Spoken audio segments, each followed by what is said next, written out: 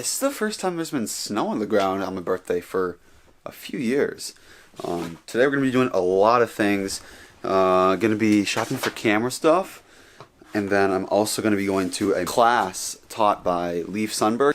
If you guys don't know who Leif is, check him out. Check his Instagram right here. He's a great ninja, a great guy. And he's going to be competing alongside me in Tacoma. So he's going to be teaching a class, and I'm going to be joining him as his student. Let's get this day started. Sure. Can I get a large caramel high rice? Yeah, the hot one? Yes, hot please. Do you want to add an extra calculator then? No thanks. And I'll do a turkey, bacon, egg, and Swiss sandwich. Alright, so if you guys are wondering why my hair looks a little crazy, it's because I got a perm 2 days ago, so it's kind of in that phase where it's a little bit messy. So I got a nice breakfast, went to Caribou. Hot dog, or Dog Shack in 1963. Dick's Dog Shack, I love it. Nice. Are you at OA yet? Sweet. Do you know what time the class ends? 8:45? Okay. And then, is there anything after that, or is it just done then? Alright, I'll be there soon. I brought a friend. Yeah. His name's Jay, so it'll be fun.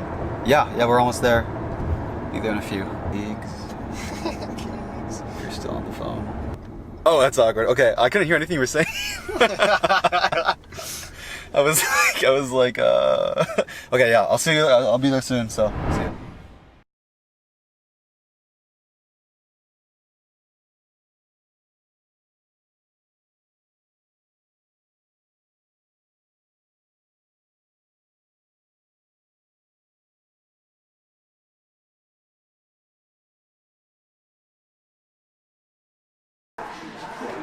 Making a YouTube video? Yeah, we'll do a little. I think I'll mix the clips of today and then Saturday. Okay. Can I get in this? Yeah, for sure, dude.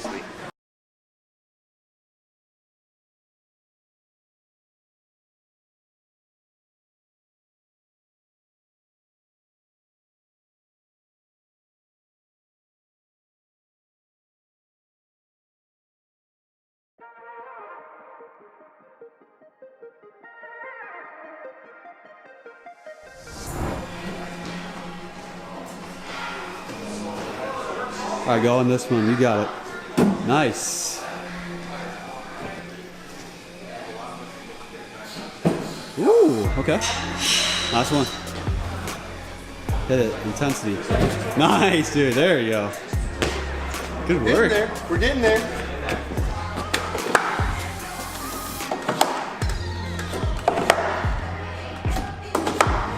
Solid climb, dude. Nice. Good control.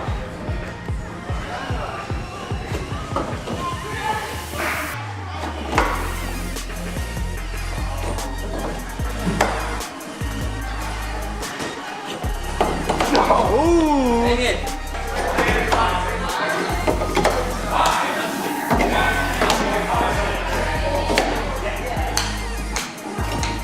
Get it! Yes. Come on. Yep. Yes, come on.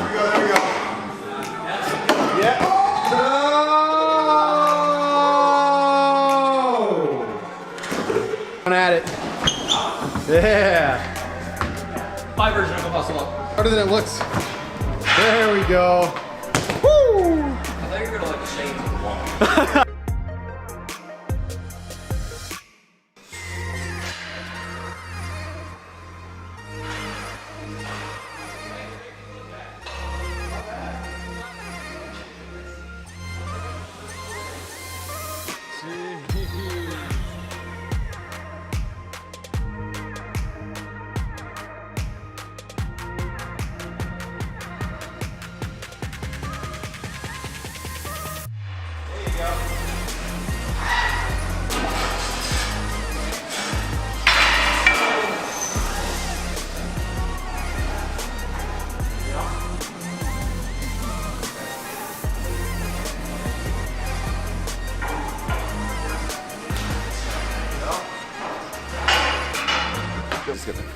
There we go. Okay.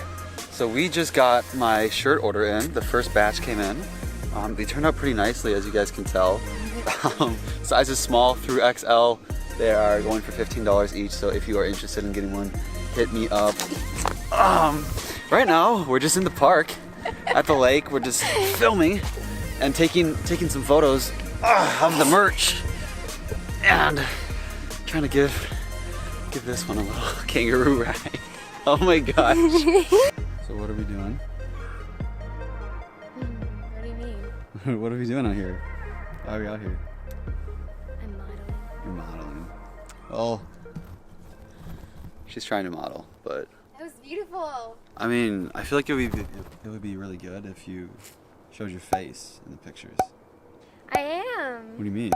I am. Are you really though? Yeah. I am. Really? Die. Ooh. Ooh. What am I doing right now? Well, you're just talking right now. I don't think models talk. They don't get paid to talk. Oh, so I'm just They supposed get to paid stand for their here? face. Just kidding. Wow.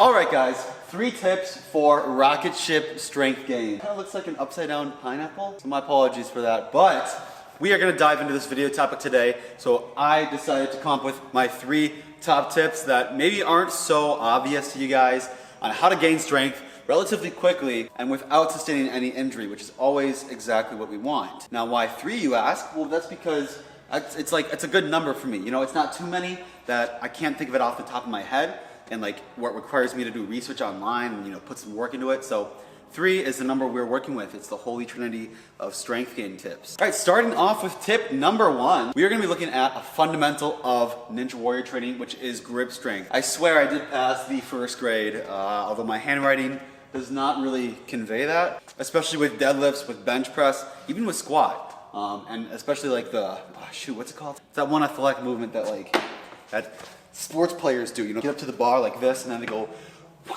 boom. It's the jerk. Clean, power jerk. Oh, that doesn't sound like a barbell exercise. It's the power clean. So that also comes in handy, having grip strength. So making sure that your forearms and your grip strength is all caught up with the other connective tissues and the muscles in your body. One time when I started lifting, I was sitting down doing a set, working on my arms, and I was doing barbell or dumbbell bicep curls. And so I was doing a set where I did incline curls, and then right afterwards I supersetted with seated dumbbell curls. And it got to the point where I just dropped the dumbbells because I couldn't hold on.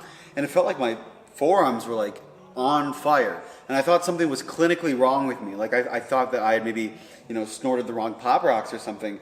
I'm absolutely kidding. I'm kidding. I don't endorse snorting Pop Rocks. Making sure that your grip, that strength is going to be caught up with the rest of your body strength. That is absolutely essential, because otherwise it literally just cuts off, you know, the point of how far you can work out that muscle. So say your chest, your maximum capacity of your chesticles is about, you know, here, and the maximum capacity of your grip is about down here, and you're hitting a bench press. Okay, maybe that's not a good. That's not. Let's just pretend that bench press uses a lot of grip.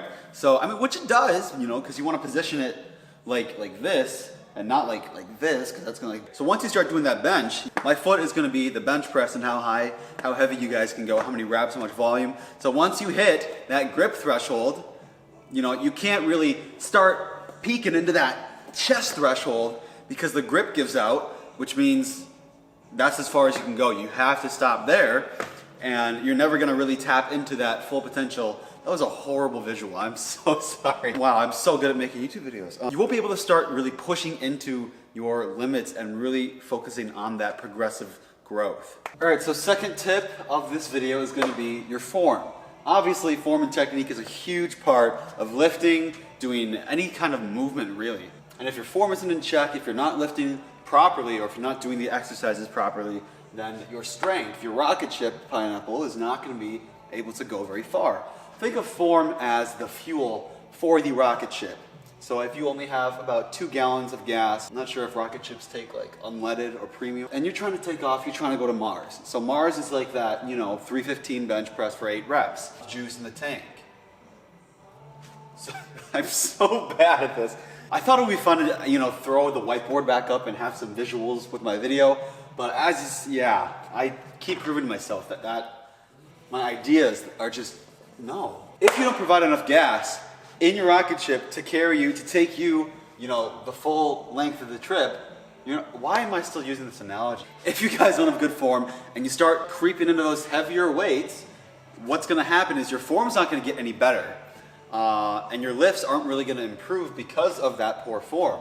So what I recommend for you guys to do is to start your form work on lighter weights. So before you even go into the strength area, the strength game, the powerlifting zone, or the power cleaning, the power jerking like 500 pounds, you really want to focus on the form. And so how we do that, take lighter weights, take even just the barbell, even just 5-10 pound dumbbells, and really focus on the contraction, the mind-muscle connection, and really emphasize making sure you have the right posture when you're doing whatever exercise it is.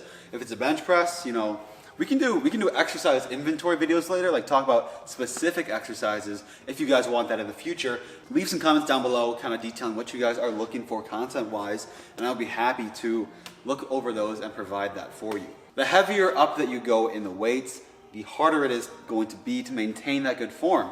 If you're deadlifting a 45-pound bar, it's going to be relatively easy to activate the legs primarily before the back, keeping the back upright, the chest upright, head's not arched, shoulders aren't rounded. It's going to be easy to maintain that form. Once you throw on 4 plates, then it's going to be a lot harder to maintain that. So before you guys start diving into those big boy poundage zones, poundage? Oh no, that sounded so bad. Like poundage, I meant like this, not like, well, no, it's just like LBH. Before you guys start diving into heavier weights, make sure your form is in check. If you let your form go, and say you're just trying to hit that 1 rep max, just for the flex, just for the clout, and you let your form go that one time, that could be it. That's all it takes is one time to send your back out of the game. So the last tip for today is gonna be on recovery. Now with recovery, that is gonna obviously detail a lot. Now when you guys think of recovery, you might think that this is gonna be the simplest one out of them all, the easiest one to follow, and the easiest one to implement. I cannot talk! Implement! The easiest one to implement. So you might think recovery will be the easiest one to throw into your routine, throw in your schedule. Grip strength, relatively easy. All you gotta do is just focus on squeezing harder, focusing more on hanging or farmer's walks, etc. Form, you gotta just focus on starting with light weights, look at videos, watch videos, record yourself, watch them back, see what you're doing wrong. But with recovery, you guys might be like, oh, I'm just gonna work out less. It seems pretty easy. But once you get to a point, you're gonna wanna be in the gym a lot, and that's a completely understandable mindset to have. Oftentimes I skip my rest days. I forget to rest. And especially on the sleep end of it, a lot of scientific literature is back and forth on whether you need 8 hours of sleep, 10 hours of sleep, or some people can go on the Uberman's sleep schedule of like 2 or 3 hours of sleep a night. I don't know. I don't recommend that, okay? I just don't. I've found with my body and with a lot of research out there is that 9 or more hours of sleep for me and for my athletic output that I've been doing recently, that seems to be a decent amount of sleep for me. However, when I go on the show, American Ninja Warrior Season 11 in Tacoma in about 2 or 3 weeks, I'm gonna be trying to get 10 hours of sleep every night the week leading up to it so that I'm extra ready, extra prepared for it. Sleep and recovery has a huge correlation with athletic performance, athletic output, strength output, cardiovascular output, etc. All right, thank you guys so much for watching. Please feel free to subscribe and hit that like button down below. Share this video with your friends, and don't forget to turn on that bell notifications so that you don't miss any of my content.